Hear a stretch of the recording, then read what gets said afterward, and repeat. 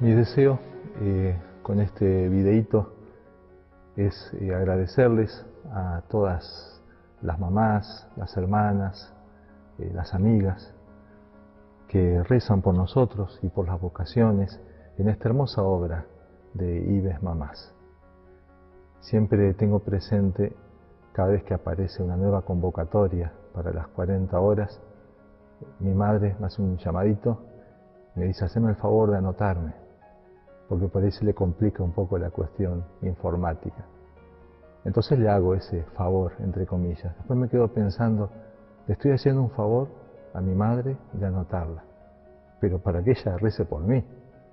Y si se anota en un horario inconveniente para mí, bueno, yo estaré descansando, pero que ella rece, está anotada. Es una cosa muy hermosa esto.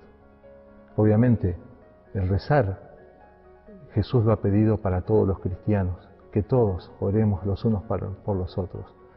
Pero el saber que hay un pequeño ejército de mujeres que interceden por nosotros y por las vocaciones ante Dios, eso da mucha fuerza.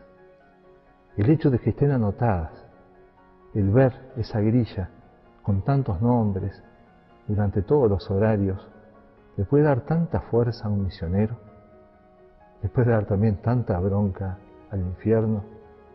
Entonces, no dejen de hacerlo. Es una forma también de concretar aquello que nos pide el Señor. Si 2 o 3 se reúnen en mi nombre, allí estoy yo en medio de ellos. Y van a conseguir de mi Padre lo que pidan si se unen. Eso lo hacemos cada vez que rezamos en familia o que vamos a la iglesia, pero también, gracias a la tecnología, es un modo concreto de reunirse muchas, en este caso, en nombre de Cristo, pidiendo por las vocaciones sacerdotales y religiosas, y especialmente las vocaciones para nuestra querida familia. Entonces, no dejen de anotarse. Después, esto nos hace pensar, y las quiero hacer pensar también, ¿hasta qué punto va nuestra fe en la oración?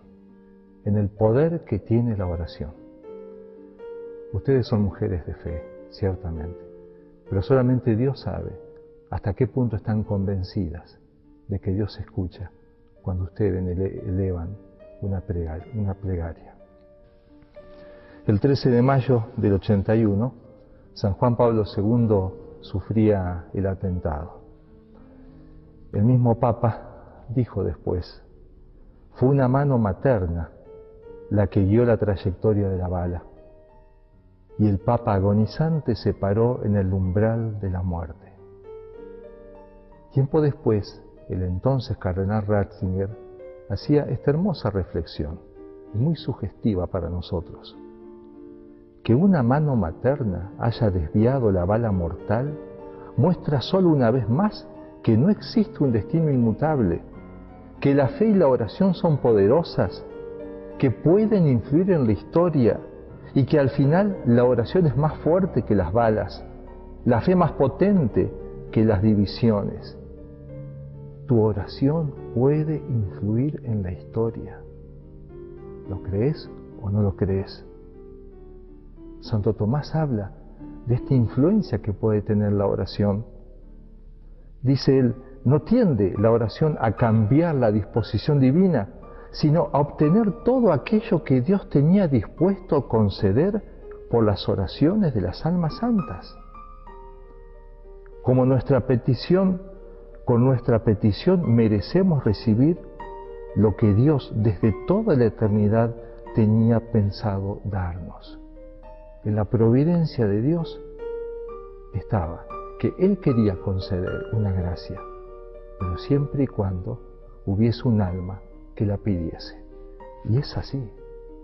Tienen que tener esta fe, hacer estos actos de fe, cada vez que se anotan o cada vez que rezan en general. Sentir que Dios las escucha y que tal vez está esperando la oración de ustedes para conceder esa gracia. Acuérdense, por ejemplo, de aquel pasaje de la mujer cananea. Ella no era judía, pero con mucha confianza le pide a Jesús que le cure a su hija. Jesús aparentemente no le escucha. Ella insiste, insiste. En un momento Jesús dice con un aparente desprecio: no está bien darle el pan de los hijos a los cachorros, a los perros. Yo he venido para las ovejas de Israel. La mujer no se dejó amilanar y al contrario insistió más y con más humildad. Y la mujer le dice: sí, Señor, pero también es cierto que los cachorros se sacian con las migajas que caen de la mesa de sus señores. Como diciendo: yo te pido las migajas de tu poder, eso a mí me sobra. El Señor, conmovido, le dice: mujer, grande es tu fe, que se haga como has pedido.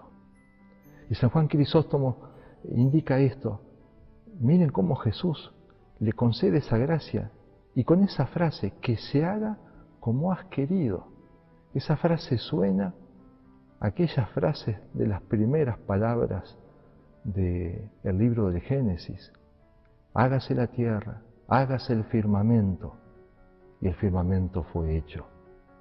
Como diciendo, esta mujer, por su humildad y por su oración, participó del poder de Dios, porque se hizo con el poder de Dios, pero de acuerdo a la fe que ella tuvo en su oración.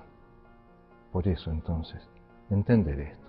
Vos también podés influir en la historia, pedir por tus hijos y pedir más y santas vocaciones a la Iglesia de Dios. Y Dios puede estar esperando esa oración, tuya y de otras. Me llamó la atención el milagro de los pastorcitos de Fátima, el milagro para la canonización. Resulta que en el 2013, un niñito de 5 años se cayó de 6,5 metros. Estaba ya entre la vida y la muerte, más próximo a la muerte.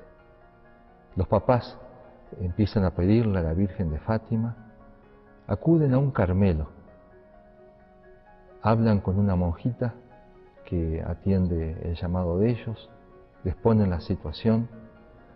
La monjita no se lo comunicó a la comunidad porque estaban todas en horario de silencio o de oraciones. Así que ella se quedó rezando y pensó: este niñito va a morir, así que voy a rezar por la familia. Resulta que efectivamente el chiquito ya empeoraba. Un par de días después, los papás volvieron a llamar al Carmelo. Y en esta oportunidad, la hermana que los atendió sí pasó el pedido de ellos a toda la comunidad. Todas las monjitas se pusieron a rezar, pero hubo una especialmente que lo tomó muy a pecho y que las convenció a todas de que había que pedirle a los pastorcitos la intercesión de ellos.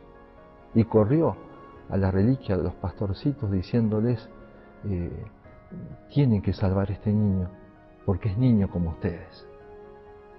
Horas después, la criatura empezó a mejorar. Y 15 días después del accidente mortal, salió perfectamente bien. Un gran milagro de Dios.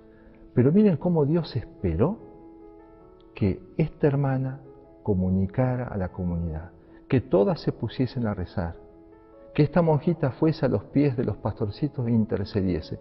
Es decir, muchos pedidos, se multiplicaban los pedidos con confianza. Dios tenía dispuesto a dar la gracia de la curación, pero si se daban todas esas causalidades intermedias. Entonces, tomemos más en serio lo que podemos hacer.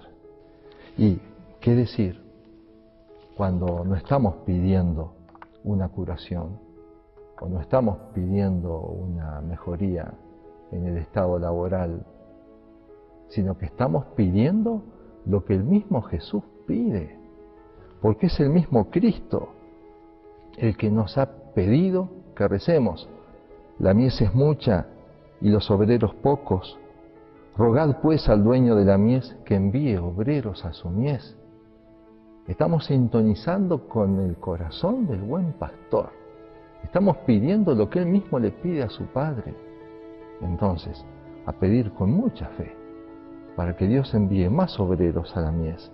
Y pedir también la gracia de las gracias, que es la perseverancia final y la perseverancia en la vocación. Eso es una gracia de Dios. Por más que demos buena formación a nuestros religiosos, por más que intentemos hacer las cosas bien, que un religioso persevere en la vocación es un milagro de la gracia. Y esa gracia hay que pedirla. Jesús dice, sin mí nada podéis hacer. Entonces, por eso es que necesitamos de tu oración, nosotros también, para perseverar. Y que las vocaciones en la iglesia perseveren. Hay un pasaje muy hermoso del libro del Éxodo. Está el ejército de Israel peleando contra el de Amalec, contra los amalecitas. Dios le ha pedido a Moisés que él interceda por su pueblo desde una altura, desde el monte. Ahí está el anciano Moisés, el gran intercesor, rezando. Dios le ha dicho que mientras mantenga sus brazos y sus manos en alto, el ejército de Israel va a vencer. Y efectivamente, va pasando el tiempo, Moisés intercede y el ejército va ganando. Pero resulta que los brazos de Moisés empiezan a cansar y cuando empiezan a bajarse, entonces se da vuelta la batalla y los amalecitas empiezan a prevalecer. Estaban al lado del anciano Moisés Aarón y Hur, que se avivaron de la situación. Entonces lo sentaron a Moisés en una piedra y ellos mismos le mantuvieron en alto, sostenidos, sus brazos. Dice el texto del Éxodo, así resistieron sus brazos hasta la puesta del sol. E Israel venció. Bien, ¿se dan cuenta? Esto es lo que ustedes pueden hacer con todos los religiosos y de una manera especial con los sacerdotes. Son los sacerdotes los grandes intercesores ante Dios, porque ellos interceden en Cristo mismo, en Cristo cabeza, que es el gran intercesor ante el Padre. Cada sacerdote entonces eleva la Santa Misa, eleva sus oraciones pidiendo por el pueblo, pero también se le cansan los brazos, se le cansa el alma. ¿Y cuántas veces, por la fragilidad, por las tentaciones, por sus dramas, por lo que sea, empieza a olvidarse de rezar o empieza a atender a otras cosas? Necesitamos entonces un Aarón y un Hur que nos sostengan los brazos. Y esas pueden ser ustedes, rezando y rezando por la perseverancia de todos y especialmente de los sacerdotes. Decía el Papa Pío XI, el sacerdote como Cristo está siempre vivo para interceder por nosotros. ¿Quién puede decir los castigos que la oración sacerdotal aparta de la humanidad prevaricadora y los beneficios que le procura y obtiene? Pero el sacerdote tiene que rezar. Ustedes con la oración lo están sosteniendo.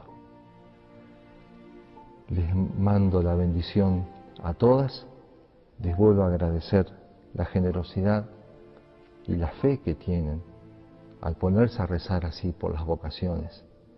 Pero además les prometo, y en nombre de tantos sacerdotes, elevar las oraciones de ustedes, las intenciones de ustedes, a través de la Santa Misa, que le lleguen al Padre Celestial. Que la Virgen Santísima, que el Inmaculado Corazón de María las proteja siempre y siempre también las tenga con sus intenciones en el corazón.